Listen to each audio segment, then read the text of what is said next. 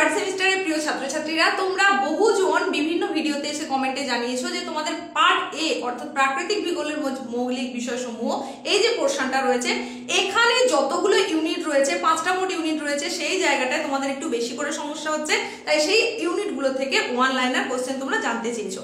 তো আজকের এই ছোট্ট উপস্থাপনায় তোমাদের জন্য সেরকমই একটা উপস্থাপনা নিয়ে চলে এসেছি। পার্ট এ অর্থাৎ প্রাকৃতিক মৌলিক ভূগোলের যে বিষয়সমূহ রয়েছে সেখানকার তোমাদের ইউনিট 5 যেটা সেখানে কি রয়েছে সেটা হচ্ছে জীবমণ্ডল বা বায়োস্ফিয়ার। এই জীবমণ্ডল বা বায়োস্ফিয়ারের ওয়ান লাইনার কিছু কোশ্চেন, মোস্ট ইম্পর্টেন্ট বাছাই করা কিছু কোশ্চেন, সেটাই তোমাদেরকে এখন জানাতে চলেছি। তাই শুনে নাও, বুঝে নাও, প্রয়োজনে অবশ্যই নোট করো, ভীষণ গুরুত্বপূর্ণ। অধিকাংশ জায়গায় যে প্রশ্নগুলো পাওয়া গেছে সেই রকমই কিন্তু আমি তোমাদেরকে বলতে চলেছি, তাই অবশ্যই ভালো করে বুঝে নাও। প্রথমেই গুরুত্বপূর্ণ যে শব্দটার কথা তোমাদের বলবো সেটা হচ্ছে ইকোলজি। এই শব্দটা কে প্রবর্তন করেন এটা যেমন জানবে, তার সঙ্গে সঙ্গে ইকোসিস্টেম এই কথাটা কার উল্লেখ্য, মানে কে প্রথম প্রবর্তন করেন, এই দুটো প্রশ্ন কিন্তু ভীষণ গুরুত্বপূর্ণ, তাই অবশ্যই ভালো করে তোমাকে মাথায় রাখতে হবে। তেমনি ব্যাকটেরিয়া এটা কিসের উদাহরণ? অবশ্যই এটা বিয়োজকের উদাহরণ। স্বভোজী অর্থাৎ উৎপাদক, মানে উৎপাদক কারা? স্বভোজী যারা তারাই উৎপাদক।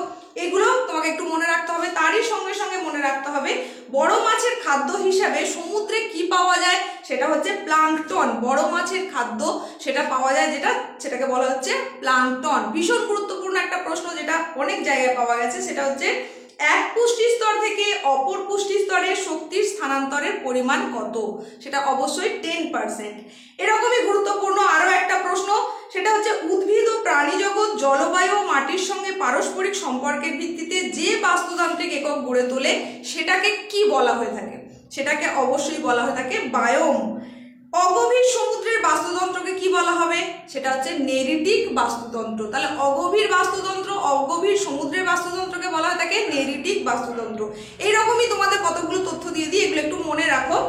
যেমন নেরিটিক বাস্তুতন্ত্র বললাম, ঠিক তেমনি লোটিক বাস্তুতন্ত্র এটা কাকে বলা হবে না? প্রবহমান ও স্বাদু জলের বাস্তুতন্ত্রকে বলা হয়ে থাকবে লোটিক বাস্তুতন্ত্র।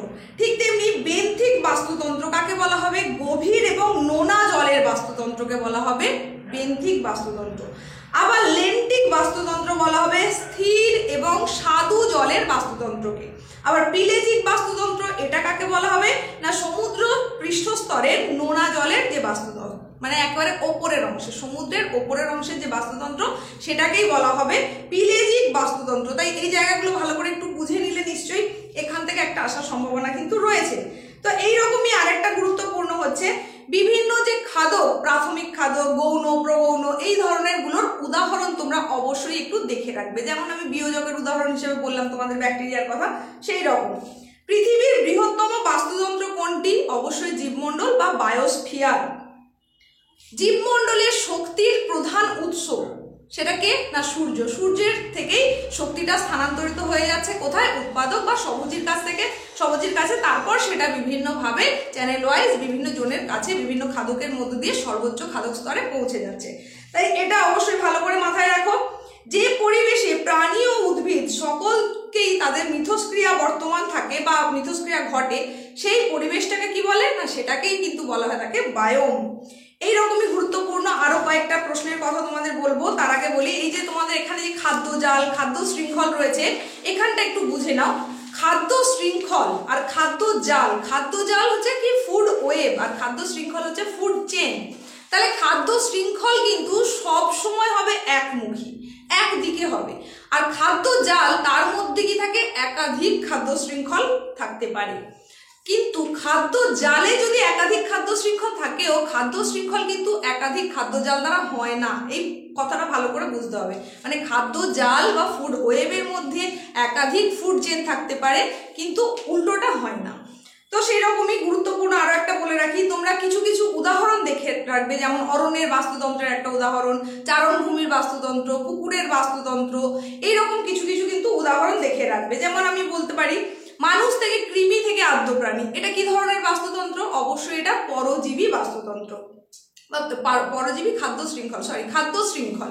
ঠিক তেমনি আবার যদি বলা হয় থাকে একটা বিয়োজক খাদ্য শৃঙ্খলের উদাহরণ দাও, তাহলে বিয়োজক খাদ্য শৃঙ্খলের উদাহরণ হিসেবে আমরা বলতে পারি কি না? পচা পাতা থেকে, লার্ভা থেকে ছোট মাছ থেকে বড় মাছ, এটা বিয়োজক খাদ্য শৃঙ্খলের উদাহরণ। সেই রকমই গুরুত্বপূর্ণ বাস্তুতন্ত্রের অন্তর্গত খাদ্য শৃঙ্খলের কোনো সদস্য জীব যে খাদ্যতলে অবস্থান করে সেই খাদ্যতলকে কি বলে? সেই খাদ্যতলকে বলে ট্রফিক লেভেল। ট্রফিক লেভেল ভীষণ গুরুত্বপূর্ণ। এরকমই গুরুত্বপূর্ণ হচ্ছে দুই বাস্তুতন্ত্রের সংযোগস্থল বরাবর যে বৈচিত্র্যময় প্রচুর সংখ্যক জীবগোষ্ঠী পরিলক্ষিত হয় তাকে কি বলে? সেটাকে বলা হয় থাকে এজ এফেক্ট। আবার বলছি, সেটাকে বলা হয় থাকে এজ এফেক্ট। এই যে গুরুত্বপূর্ণগুলোর কথা তোমাদের বললাম, এই প্রশ্নগুলো তো তোমরা দেখছোই, ভীষণ গুরুত্বপূর্ণগুলোই কিন্তু বেছে নিয়ে তোমাদের বলেছি।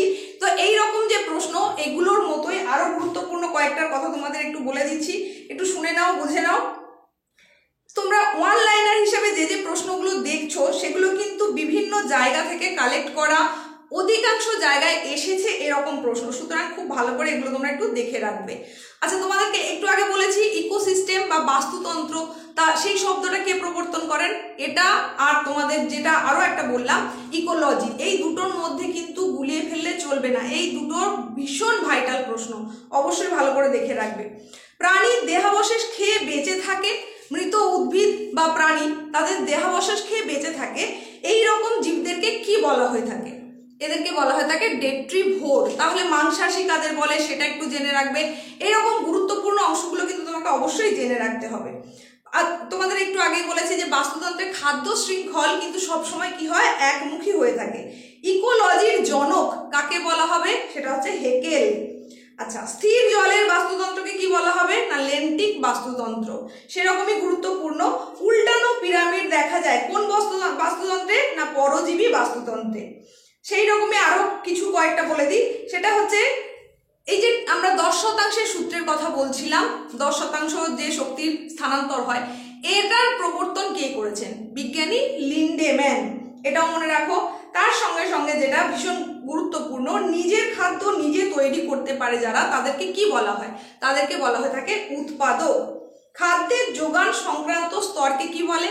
অবশ্যই সেটাকে বলা থাকে ট্রফিক লেভেল। সেটাই আমি আলাদা একটা লাইন হিসেবে তোমাদেরকে একটু আগে কিন্তু বলেছি। আচ্ছা, খাদ্য জাল তাহলে কিরকম হবে? খাদ্য শৃঙ্খল বলেছি একমুখী, তাহলে খাদ্য জাল কিরকম হবে? সেটা অবশ্যই হবে বহুমুখী। তাহলে খাদ্য শৃঙ্খল একমুখী, কিন্তু খাদ্য জাল বহুমুখী। আচ্ছা, একই পুষ্টি স্তরে অবস্থান করে এই রকম কিছু উদাহরণ যদি তোমাকে জানতে চাওয়া হয় তাহলে তুমি সেখানে বলতে পারো হরিণ, গরু, একই পুষ্টি স্তরে এরা কিন্তু অবস্থান করে থাকে। সেই রকমই গুরুত্বপূর্ণ আরো একটা প্রশ্ন, দুটি ভিন্ন বাস্তুতন্ত্রের মাঝের যে মিশ্র অঞ্চল তাকে কি বলা হয়? এটা কিন্তু বহু জায়গায় পেয়েছি আমি, এই প্রশ্নটা বিভিন্ন ভাবে পেয়েছি। তো এটাকে বলা হচ্ছে ইকোটোন। ভালো করে মনে রাখো, একবার বলে দিচ্ছি প্রশ্নটা। সেটা হচ্ছে দুটি ভিন্ন বাস্তুতন্ত্রের মাঝের মিশ্র অঞ্চলকে বলা হয়ে থাকে ইকোটোন। তো তোমাদের এরকম প্রত্যেকটা অধ্যায় থেকে ওয়ান লাইনার কোশ্চেনের কিন্তু প্লেলিস্ট আমি বানিয়ে দিয়েছি। তোমরা যারা যারা যে যে অধ্যায়গুলো এখনো দেখে উঠতে পারোনি, প্লেলিস্ট চেক করে অবশ্যই দেখে নিও। আজকের এই উপস্থাপনার যে ভিডিও ডেসক্রিপশন বক্স, সেখানেও লিঙ্ক দেওয়া থাকবে, তোমরা সেখান থেকেও দেখে নিতে পারো। দেখা হচ্ছে পরবর্তী উপস্থাপনার সঙ্গে।